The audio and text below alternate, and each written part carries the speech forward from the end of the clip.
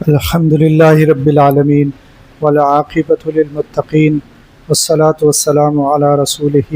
والأنبياء والمرسلين أما بعد فأعوذ بالله من الشيطان الرجيم بسم الله الرحمن الرحيم ما أصاب من مصيبة إلا بإذن الله سورہ التغابن آیت نمبر 11۔ آیت کا مفہوم یہ ہے، اللہ سبحانہ وتعالیٰ فرماتے ہیں کوئی مصیبت اللہ کے حکم کے بغیر نہیں آتی۔ حضرت عمر رضی اللہ عنہ کا قول ہے، حاسبوا انفسکم قبل ان تحاسبوا، جس کا مطلب یہ ہے کہ اپنے اعمال کا حساب کر لو اس سے پہلے کہ تمہارے اعمال کا حساب کیا جائے۔ رمضان کے بعد ایک مہینہ پورا گزر گیا، ہماری زندگیوں میں کیا تبدیلی آئی۔ اگر ہم صرف مسجدوں کی حالت دیکھیں تو اس سے اندازہ ہو جاتا ہے کہ انفرادی طور پر اور اجتماعی طور پر میری زندگی میں کوئی تبدیلی آئی ہے یا نہیں آئی ہے۔ ہر فرد اگر اپنی زندگی کا جائزہ لے، جیسے کہ حضرت عمر رضی اللہ عنہ کے قول میں انہوں نے فرمایا کہ اپنا حساب پہلے ہی کر لو، اس سے پہلے کہ تمہارا حساب کیا جائے اور تب تک بہت دیر ہو چکی ہوگی، تب تم افسوس کرو گے کہ پہلے ہی اپنا حساب کر لیتا۔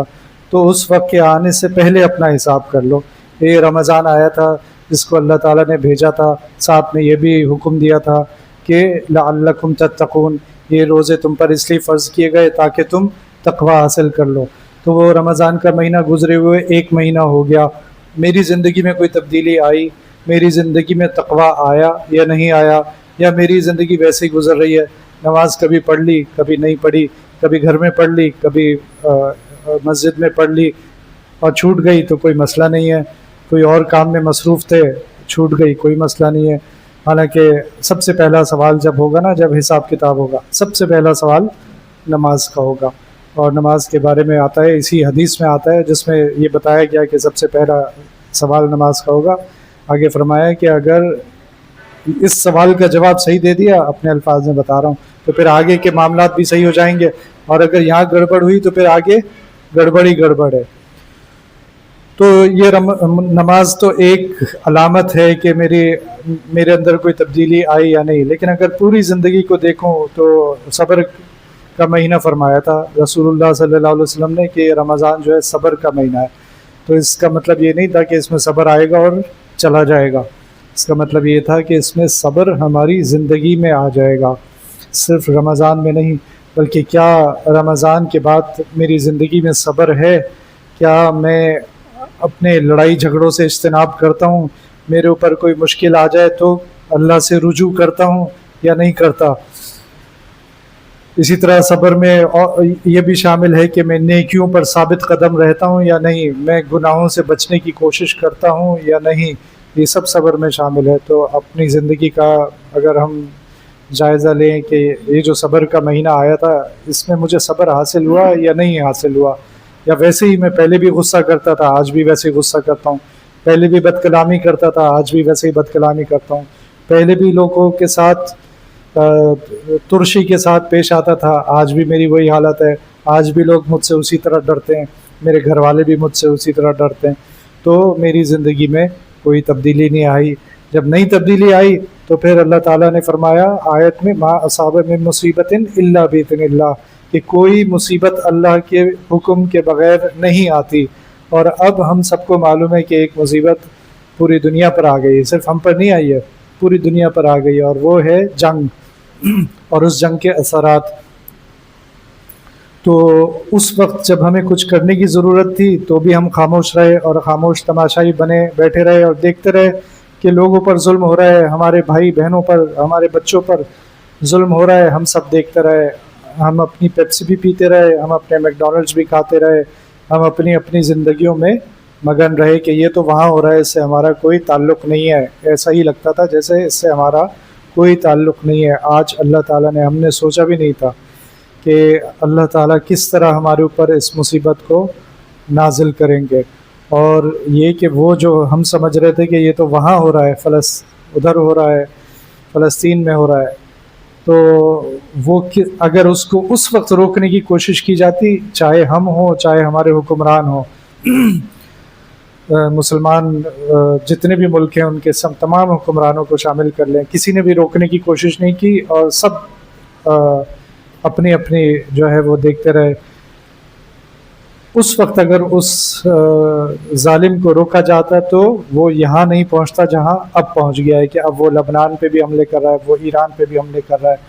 اور ایران جو ہے وہ ہمارا پڑوسی ہے۔ یہاں تک ہم جنگ کا پہنچنے کا مطلب ہے کہ ہماری سرحدوں پر جنگ پہنچ چکی ہے، اور اس کے اثرات اس طرح ظاہر ہو رہے ہیں کہ اب پیٹرول کی قیمتیں اور مہنگائی جو ہے وہ کس طرح بڑھ رہی ہے۔ جو لوگ پلاننگ کیا کرتے تھے کہ اتنے بجے تک دکان کھلی رکھیں گے، اتنے بجے تک کاروبار کھلا رکھیں گے، اب ان کے اوپر حکومت نے پابندیاں لگا دی ہیں کہ اب وہ جلدی اپنی اپنی دکانیں بند کر کے گھروں کو واپس جائیں۔ یہ سب ہمارے اعمال کا نتیجہ ہے، یہ میں نہیں کہہ رہا، یہ اللہ سبحانہ و تعالیٰ فرما رہے ہیں کہ کوئی مصیبت اللہ کے حکم کے بغیر نہیں آتی، اور اللہ کے حکم کے ہم سزاوار ہیں۔ یہ وہی حکم ہے جو ہمارے اوپر نازل ہونا چاہیے تھا، اللہ تعالیٰ سے معافی مانگنی چاہیے، استغفار کرنا چاہیے، لیکن یہ وہی حکم ہے جو ہمارے اوپر ہمارے اعمال کی وجہ سے نازل ہونا چاہیے تھا۔ تو کیسا کیسا ظلم ہو گیا کہ ایک 1.5 سال کا بچہ، اس کی ٹانگوں پہ سگریٹ سے زخم لگائے جا رہے ہیں، 1.5 سال کا بچہ اس کے باپ کے سامنے لگائے جا رہے ہیں تاکہ باپ کو بھی تکلیف پہنچے، صرف بچے کو تکلیف نہ پہنچے۔ بچوں کو کس کس ظالمانہ انداز سے مارا گیا۔ ایسے جرائم جن کے بارے میں زبان بھی لرز جاتی ہے کہ عورتوں کے ساتھ زیادتی، مردوں کے ساتھ زیادتی کی جا رہی ہے، یہ کھلے عام ہو رہا ہے، اور اس کو روکنے والا مسلمان دنیا میں سے کوئی بھی نہیں تھا۔ اکا دکا لوگوں نے کوششیں کی، لیکن یہ کہ مجموعی طور پر ہم سب خاموش رہے۔ اسی طرح کاروبار ہیں، جہاں جہاں بائیکاٹ کرنا چاہیے تھا، ہمارے ملک میں کوئی نہ تو میک ڈونلڈس بند ہوا، نہ پیپسی بند ہوئی، نہ کوک بند ہوئی، سب کچھ اسی طرح چل رہا ہے جیسے پہلے چل رہا تھا۔ اسی طرح کاروباروں میں اگر توجہ دلائی گئی کہ بھئی ان کمپنیوں کی چیزیں استعمال نہیں کریں، جیسے مائکروسافٹ ہے یا گوگل ہے، لیکن وہ بھی اپنے اپنے پروفٹ بنانے میں لگے ہوئے تھے، اپنے منافع بنانے میں لگے ہوئے تھے، کہ اور انہی کمپنیوں کے، حالانکہ یہ کمپنیاں قاتل ہیں، یہ وہ ٹیکنالوجی دے رہی ہیں ظالم کو جس کے ذریعے لوگوں کو قتل کیا جا رہا ہے، لوگوں پہ ظلم کیا جا رہا ہے، یہ ایسے پروگرام بنا کے دے رہی ہیں آرٹیفیشل انٹیلیجنس کے ذریعے، لیکن ہماری زندگیوں پر کوئی فرق نہیں پڑا۔ یہاں تک کہ اب فرانس نے ایک فیصلہ کیا ہے کہ ان کمپنیوں کو وہ اپنی سرکاری سطح پر بین کر رہے ہیں، کیونکہ یہ کمپنیاں جو ہیں جاسوسی کرتی ہیں۔ یہ ان کو اگر میرے موبائل میں اینڈرائڈ ہے یا آئی فون چل رہا ہے یا میں کمپیوٹر میں ایم ایس آفس استعمال کرتا ہوں وغیرہ، تو ان کے پاس میری ساری معلومات موجود ہے، میں کس سے بات کر رہا ہوں، کیا بات کر رہا ہوں، میں چاہے اردو میں بات کر رہا ہوں، چاہے کسی زبان میں بات کر رہا ہوں، وہ سب ترجمہ ہو کر ان کے پاس انگریزی زبان میں پہنچ جاتا ہے۔ یہ میں کوئی سنی سنائی بات نہیں کر رہا، یہ سب اپنے ذاتی تجربے سے بتا رہا ہوں کہ ان کے پاس سب کچھ ترجمہ ہو کر ان کی زبان میں چلا جاتا ہے، کہ جو بات ابھی میں کر رہا ہوں یہ بھی پہنچ جاتی ہے، سب باتیں ان تک پہنچ جاتی ہیں۔ تو لوگوں کو توجہ دلائی گئی کہ بھئی ان چیزوں سے چھٹکارا حاصل کریں، اور آپشنز موجود ہیں جن کے ذریعے آپ کام کر سکتے ہیں، لیکن اپنے جس کو انگریزی میں کمفرٹ زون کہتے ہیں، اپنی سہولت سے باہر نکلنا کوئی نہیں چاہتا، اپنی سہولت والی زندگی میں رہنا چاہتا ہے۔ پھر اس کا نتیجہ یہی تھا جو اب ہو گیا ہے۔ میں بتا رہا تھا فرانس نے اور یورپ کے کچھ ملکوں نے، جو مسلمان نہیں ہیں لیکن انہیں یہ پتہ ہے کہ ہماری جاسوسی ہو رہی ہے اور ہماری ساری معلومات امریکہ میں اور اسرائیل میں پہنچ رہی ہے، اس لیے انہوں نے اب پابندی لگا دی ہے سرکاری سطح پر کہ کوئی بھی یہ ونڈوز وغیرہ استعمال نہیں کیا جائے گا، اور ان سسٹمز کو 3-4 مہینے کے اندر ختم کر دیا جائے گا۔ تو یہ اتنی بڑی باتیں ہو رہی ہیں دنیا میں، لیکن ہمیں بالکل، ہم تو مسلمان ہیں، ہم تو امت ہیں، اور امت کا ایک حصے کو اگر تکلیف ہوتی ہے تو حدیث میں آتا ہے کہ وہ جسم کی طرح ہے، امت کے ایک جسم کے ایک حصے کو تکلیف ہو، پورا جسم اس کو محسوس کرتا ہے۔ لیکن ہم سن ہو گئے ہیں، یا ہم اس امت کا حصہ نہیں ہیں، یا تو یہ جسم کا جو حصہ ہم ہیں، یا تو وہ حصہ سن ہو چکا ہے کہ اسے پتہ ہی نہیں کہ باقی جسم کو کیا تکلیف پہنچ رہی ہے۔ یا پھر ہم اس امت کا حصہ ہی نہیں رہے ہیں کہ ہمیں پتہ نہیں چل رہا، ورنہ حضور صلی اللہ علیہ وسلم نے تو بتا دیا تھا کہ ہمیں بھی دکھ ہوگا، ہمیں بھی تکلیف ہوگی۔ تو مقصد یہ تھا آج کی بات کا کہ 1 مہینہ پورا ہو گیا، رمضان گزرے ہوئے، رمضان نے میری زندگی میں کیا تبدیلی،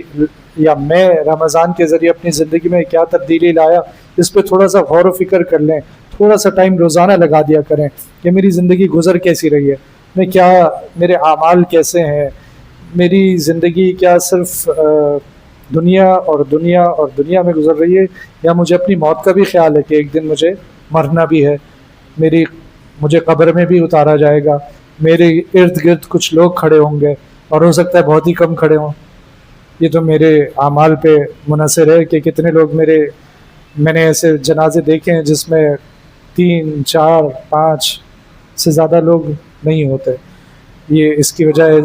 وجہ یہ ہوتی کہ جیسی زندگی آپ گزاریں گے ویسی ہی آپ کی موت ہوگی۔ تو اگر زندگی برکت والی ہوگی تو موت بھی برکت والی ہوگی۔ اللہ تعالیٰ ہم سب کو سمجھنے کی اور عمل کرنے کی توفیق عطا فرمائے۔ ربنا تقبل منا انك انت السميع العليم وتب علينا انك انت التواب الرحيم۔ ربنا آتنا في الدنيا حسنة وفي الآخرة حسنة وقنا عذاب النار۔ ربنا ظلمنا انفسنا وإن لم تغفر لنا وترحمنا لنكونن من الخاسرين۔ ربنا لا تزغ قلوبنا بعد إذ هديتنا وهب لنا من لدنك رحمة إنك أنت الوهاب۔ اللهم أعز الإسلام والمسلمين، اللهم أعز الإسلام والمسلمين، اللهم إنا نجعلك في نحورهم ونعوذ بك من شرورهم۔ وصلى الله تعالى على خير خلقه محمد وعلى آله وأصحابه أجمعين، آمين برحمتك۔